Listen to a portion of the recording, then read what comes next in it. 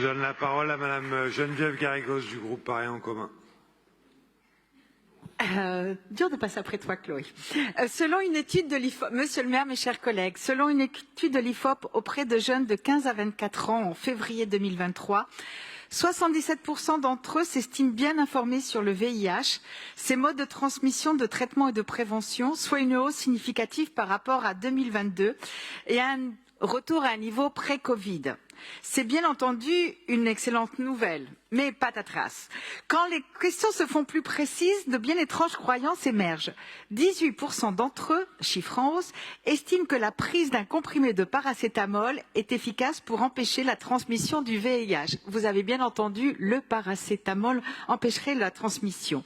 Et 29% seulement, chiffre en baisse, utilisent systématiquement des préservatifs. Il n'y a pas de mystère à ces réalités, puisque depuis 2009, on constate une baisse continue de l'enseignement relatif au VIH-Sida dans les structures éducatives. Cette réalité n'est pas le fruit d'une simple indifférence, déjà malheureusement répandue et problématique vis-à-vis d'une épidémie que certains croient, à tort, derrière nous. Elle est aussi et avant tout le produit d'une frilosité malvenue qui s'est sédimentée depuis quelques années autour de l'éducation à la sexualité. Cette frilosité est elle-même issue d'une mobilisation croissante et inquiétante d'une certaine extrême droite pour harceler les établissements scolaires et présenter une vision délirante de l'éducation à la sexualité. La nouvelle itération des croisés, de l'hostilité aux droits sexuels et procréatifs, aux LGBTQIA+, et, disons-le, au droit de disposer de son propre corps, après de multiples journées de retrait d'école et autres vigies gender, s'appelle désormais parents vigilants et veut polluer nos écoles aux élections de parents d'élèves dans les semaines qui viennent. Avec les prétendus survivants qui salissaient naguère nos Vélib ou ces groupes qui ont importé la campagne polonaise Zone sans LGBT à Montpellier, en usant des mêmes méthodes, ces groupuscules activistes se portent hélas bien et mettent en danger les actions les plus utiles en la matière. Je voudrais le dire aujourd'hui dans cet hémicycle, la faiblesse de l'enseignement à la sexualité dans les établissements scolaires en France est une honte et tous ces groupes qui contribuent à créer un climat de terreur auprès des communautés éducatives en la matière en sont directement responsables. Face à ce consternant état de fait, nous avons besoin de paroles fortes. Et aucune parole en matière de sexualité et de prévention n'est aussi forte, voire même tonitruante, que celle d'ACT UP Paris.